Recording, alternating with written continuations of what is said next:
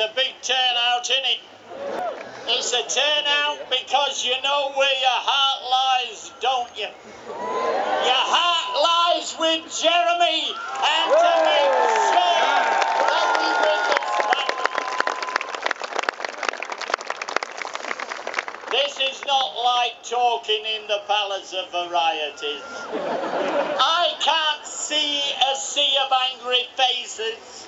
I can't see Dodgy Dave anywhere. What we're witnessing here today is a meeting of the thousands of people, many from the north, but from all the corners of the Britain, that know that today is important in this battle against the Parliamentary Labour Party. This is the first shot. I've been a member of Parliament for 46 years. Never have I ever been to a parliamentary party meeting in which the PLP have took a vote of no confidence in their leader. Not even Blair when he was knocking on with Bush. Never. And so it's a critical time. And as I watch you walking, I know that you felt it was critical as well. Fortunately, I've had 40,000 photos with people here that should be enough to get Jeremy home and dry.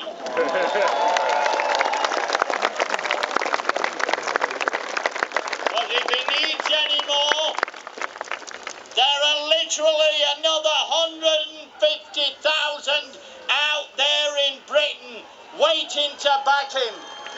Politics is changing. You know it is. We're fighting against austerity. Every pig is shot. You've heard from Tim Roach today about the steel workers. Why have they closed these factories down? Because China is coming here with Osborne's help to dump the steel and throw people out of work. And you all know it, don't you? You know it. You know you're being told a pack of lies by Dodgy Dave and all the rest of them. And that's why you're here today. The forecast was rain, but at the moment I got on the platform, the sun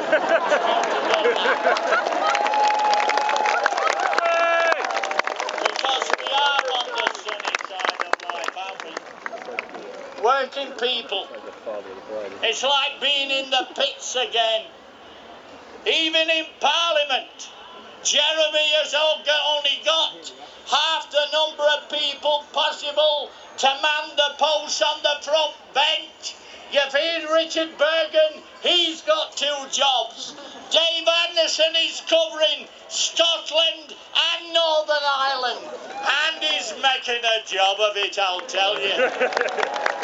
Every time he opens up his mouth, you can tell he's speaking for people like you. That's what they're there for. And every single one of them here in Lavery, he's trotting all over the place, here, there and everywhere. He even finds time to test out my questions. I ask him first, do you think it'll work? And invariably he says yes. Yes, there are people here that you've heard from, Davy Hopper, that's part of Jeremy's team. We've got one more than 80 years old that's doing Welsh Affairs and Leader of the House. I saw Billy Etherington today in the County Hotel. I wish Billy was here. Billy could do 3. Yes, it's been a critical time. But I'll tell you, Jeremy has measured up to the task. And woe betide anybody telling me that when you see a crowd like this, that it's impossible for him to win an election. We've had 3 by-elections already under Jeremy, 3 in a row, where the majority's gone up since Miliband left.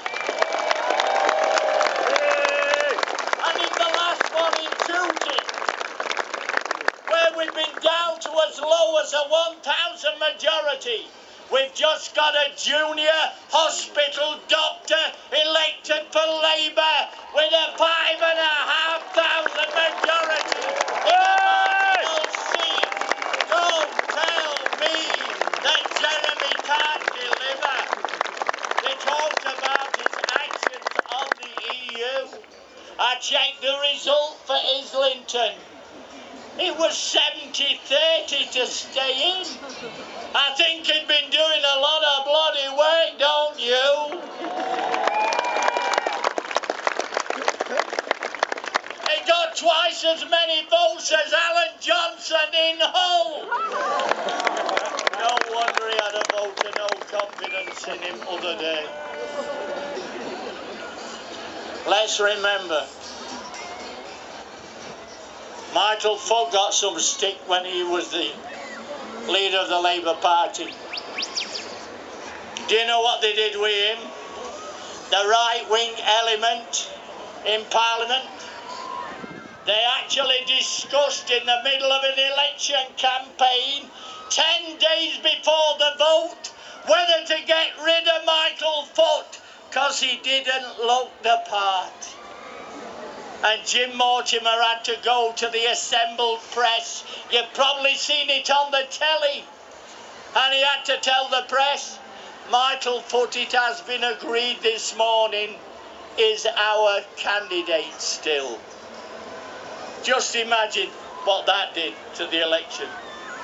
In the middle of the SDP, do you remember them? Oh, yeah. Shirley Poppins, Dr. Death, all the rest of them. Where are they now? They were going to rule the world. They were like the right wing of the Labour Party today. And where are they? They're stuck in House of Lords. 2 of them. Don't tell me about the political right. I've been watching them every day since I got there. I watch them on your behalf because it's important to be able to tell you that they're acting like the UDM, a party within a party. Never been done before. What they did the other week when they decided to have that vote of no confidence in Jeremy. But some of us are fighting back, and there is nobody stronger than the people here in the North East that will never let go. That's why I'm here today. I don't sound like Tom Watson, do I? And I'm not Tom Watson.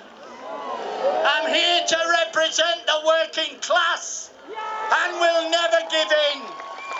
Never, ever give in. I don't want Neil Kinnock to tell people in the social media about me. He lost 2 elections in a row. And Jeremy will soon be heading for the first. Even in the rain, we'll fight on. We've got a leader we can trust, who'll take on the banks. It'll be like 1945 all over again. When we built the National Health Service, Jeremy will be there to save it. We'll get rid of 0-hour contracts and send Mike Ashley back from whence he came. We're going to build a new Britain. In 1945, a little man, and I said to my father as a boy, I know Churchill is dad, but who's our leader? He said, he's a nice man. and he's got a lot of good people around him. Well, Jeremy's surrounded by good people here today. We've got a job to do, and we should be laying out the Labour policies. The policies that you've heard on this platform today. That's the task of Jeremy Corbyn, to map out our future. A future like 1945, get Britain back to work. And if the immigrants are working in Britain, they should be paid the same as all of us. Instead of when I worked in the pits in 1949, I worked with Poles, Lithuanians. They all got the same money as me. And do you know what else? They had to join the N.U.M. What a different world it would be today if we were to get a society like that. The end of 0-hour contracts, £10 an hour minimum wage to start with. Oh yes. We could deal with the banks and make the rich pay the taxes. It would be relatively simple for somebody that's committed. We have been waiting for years for somebody to come along who looks to the people as being genuine, sensible, and prepared to fight to the bitter end. That man is Jeremy Corbyn. He's the man, and all the others around him. We can't fail. We're on a winner.